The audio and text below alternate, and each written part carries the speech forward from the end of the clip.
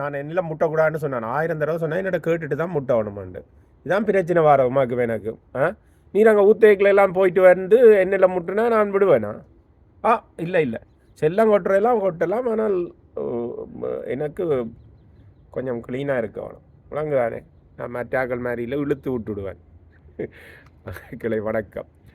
ஒரு கதை ஒன்று, உண்மையான கதை, நடந்த சம்பவம் ஒன்று சொல்கிறேன். என்னென்றால் ஃபாதர் ரொசாரியோன்னு சொல்கிறவர், அவர் வந்து தமிழ் இல்லை, அவர் நான் நினைக்கிறேன் சென்ட்ரல் அமெரிக்கா அப்படியான இடங்களில் இருந்திருப்பார். ஒவ்வொரு ஞாயிற்றுக்கிழமையும் மனுஷன் வந்து இந்த வீட்டை தட்டி வரும். கிட்டத்தட்ட 20 வருஷத்துக்கு மேலே, 2000 ஆண்டுகளுக்கு முதல் அந்த ஜெகோவாவின் சாட்சியங்கள், அதாவது ஜீசஸ் வரப்போகிறாருன்னு சொல்லி இருந்ததல்லோ, எல்லாம் உலகம் அழிய போகுது 2000 ஆண்டு. அப்போ கிட்டத்தட்ட மனுஷன் 98ஆம் ஆண்டுலேருந்து என்னோட வந்து கொண்டிருந்தது. அப்போ தொடர்ந்து ஒரு சனி மணிக்கொண்டு ஞாயிற்றுக்கிழமை வருவார், கதைப்பார், நல்லா என்னோட காய்ச்சி போட்டு போவார். அப்போ ஒரு கட்டத்தில் ஆங்கிலத்தில் தான் இந்த இதுகளெல்லாம் துண்டு பிரசுரங்கள் இருக்குல்ல, துண்டு அறிக்கைகள்னு சொல்லுவோம் தமிழில், அது கொண்டு வருவார். நான் சொன்னேன் தமிழில் இல்லையா என்று கேட்பேன். அப்போ அவர் கொஞ்ச நாள் தமிழில் கொண்டு வந்தார். தமிழில் கொண்டு வந்து தந்தார். நான் எல்லாம் படித்து இந்த கிழமை தந்தேன் சொல்லுவார், இதை படித்து போய் வார கிழமை கேள்வி கேட்பேன்னுவார். நம்ம ஓகே கேள்வி கேட்கணும்னு சொல்லி போட்டு அப்போ நெடுகளும் வருவேன். வந்து வந்து வந்து வந்து வந்து 20 வருஷத்துக்கு மேலே ஆச்சு மனுஷனுக்கு, சரி தானே. அப்போ அவருக்கு அப்புறம் முடியாமல் போயிட்டு ஒருக்கா எனக்கு ஒரு கடிதம் ஒன்று கொடுத்து விட்டார். எனக்கு முடியாது, இனிமேல் வீட்டை வர இல்லாது, என்ன ஒருக்கா வந்து சந்திக்க முடியுமான்னு. நானும் பாவம் தானே என்னை விட்டு அங்கே போனேன். அப்போ கொஞ்சம் கஷ்டமான, எழும்பி நடக்க முடியாத நிலைக்கு கூடி வந்துட்டார் மனுஷன். அப்போ ஒரு நல்ல சிரிப்பாக, ஒரு சேர்ஃபுல்லான, ஒரு ஒரு மகிழ்ச்சியான ஒரு ஆள் இருந்தால். அப்போ அவருக்கு நான் ஒரு நாளும் கதவு தட்டினா வீட்டுக்கு நின்று கொண்டு துறக்காம விடுறது அப்படியெல்லாம் செய்கிறதில்லை, கன பேர் அப்படி செய்கிறவே இல்லாமன்னு அவர் சொன்னார். அப்போ அவர் சொன்னார், திரு, எனக்கு இந்த இதில் வந்து சேவையில் வந்து எனக்கு 2-3 விஷயம் வந்து உன்னிட்ட இருந்து விளங்க இல்லை. அதை வந்து ஏனென்று தெரிஞ்சு கொள்ள விரும்புகிறேன். கிட்டத்தட்ட இந்த கடைசி காலமும் நெருங்கிட்டேன்னு நினைக்கிறேன். அவர் இப்போ உயிரோட இல்லையா, இந்த கதையை சொல்கிறேன். அப்போ கேட்ட 2-3 விஷயம் கேட்குறேன். நீ வந்து உண்மையில் உன் நெஞ்சை தொட்டு சொல்லு, பொய் சொல்லாத, நீ அப்படி சொல்ல மாட்டேன்னு நான் தெரியுமாட்டு.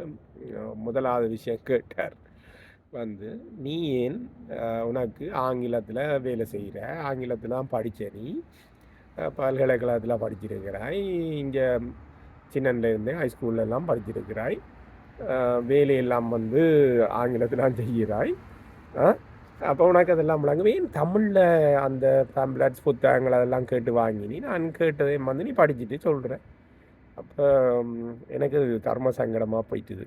அப்போ நான் சொன்னேன், ஒரு நிமிஷம் யோசிச்சு போட்டு சொன்னேன், ஒரு தமிழனுக்கு வேலை கிடைக்கட்டுமேன்னு சொல்லி போட்டு தான் மொழிபெயர்க்கிற தமிழனுக்காவது, அந்த காலத்துலலாம் இப்போ மாதிரி கூகுள் டிரான்ஸ்லேட்டோ அப்படியெல்லாம் ஒன்றும் இல்லை. அப்போ இப்போ 98, 99 அந்த காலங்கள்லேயும் அப்போ ஒரு தமிழனுக்கு வேலை கிடைக்கட்டுமேன்னு, அது எந்த மொழி எந்த மதத்தை சேர்ந்த தமிழனாக இருந்தாலும் இதன்னட்டுமேன்னு சொன்னேன். அப்போ பிறகு கேட்டார், உனக்கு ஒரு கட்டத்தில் நான் கண்டுபிடிச்சிட்டேன், பைபிள் உனக்கு நல்லா தெரியுது, புது ஏற்பாடும் தெரியுது, பழைய ஏற்பாடும் தெரியுது, ரெண்டுக்குள்ளேயும் இருக்கிற சிக்கல்கள் எல்லாம் உனக்கு தெரியுது. அப்போ இதெல்லாம் என்னது, நீ விரும்பி படிச்சியா, என்னென்னு படிச்சியான்னு. அப்போ நான் சொன்னேன், சின்ன வயசில் உண்மையாக சொன்னேன், சின்ன வயசில் பின்வீட்டு அம்மாண்டு ஒரு ஆள் இருக்கிறார், அவன் எனக்கு இந்த ஜேசுநாதர் பிறந்த கதையில் இருந்து பைபிள் வந்து சின்னதில் சொல்லி தருவா. அப்போ எனக்கு பைபிளில் இருக்கிற சின்ன சின்ன ஸ்டோரிஸ் எல்லாம் வந்து அப்போவே தெரியும் எனக்கு. அதுக்கு பிறகு என்னுடைய தமிழ் வாத்தியார் வந்து அவரும் வந்து எந்த மொழி எந்த மதமண்டில் எல்லாம் வடிவாக பிள்ளைகளுக்கு சிவஞான போதம் அவர் பேர், அப்போ சைவம் எல்லாம் வந்து தருவார். அதே மாதிரி நாங்கள் இருந்த இதுக்கு பக்கத்தில் முஸ்லீம் பள்ளிவாசல் இருந்தது. அப்போ எனக்கு குர்ஆனும் தெரியும், 3 தெரிஞ்சார். அப்போ அவர் இன்னொரு கேள்வி உன்னிட்ட கேட்குறாரு, கிட்டத்தட்ட 20 வருஷம் உன்னோட மின கேட்டிருக்கிறார். அப்போ நீ வந்து ஏன் என்ன வந்து வீட்டை கூப்பிட்டு 20 வருஷம் வர சொன்ன நீ இந்த மதத்தில் எல்லாம் உனக்கு ஒரு இன்ட்ரெஸ்ட், அதாவது ஒரு ஈடுபாடு இல்லாத ஒரு ஆள் ஏன் இப்படி கேட்டனின்னு சொன்னார். இதை உண்மையாக சொல்லன்னு சொன்னார். அப்போ நான் சொன்னேன், மனுஷன் வந்து பண்ட மாற்று முறை இப்படியான விஷயத்துல எல்லாம் மனிதன் வந்து ஒரு சேல்ஸ் பர்சன், அதாவது ஒரு விற்பனை பிரதிநிதி தானே. எப்போவும் வந்து நாங்கள் பண்டைய காலத்தில் இந்த பண்ட மாற்று முறை இருந்தால் கூட இதுன்றது, அதே நேரம் ஒரு ஆண் ஒரு பெண்ணை காதலிக்கிறேன்னு சொல்லி சொன்னாலும் ஒரு அங்கே என்ன நடக்குதுன்னு சொல்லி சொன்னால், நாங்கள் கொடுக்குற ஒரு விஷயத்தை வந்து பெண் வாங்குறது தான் காதல் இல்லையா? அதுதான் சொல்லி ஒரு சொன்னோட சிரிப்பு வந்துட்டா இருக்கு.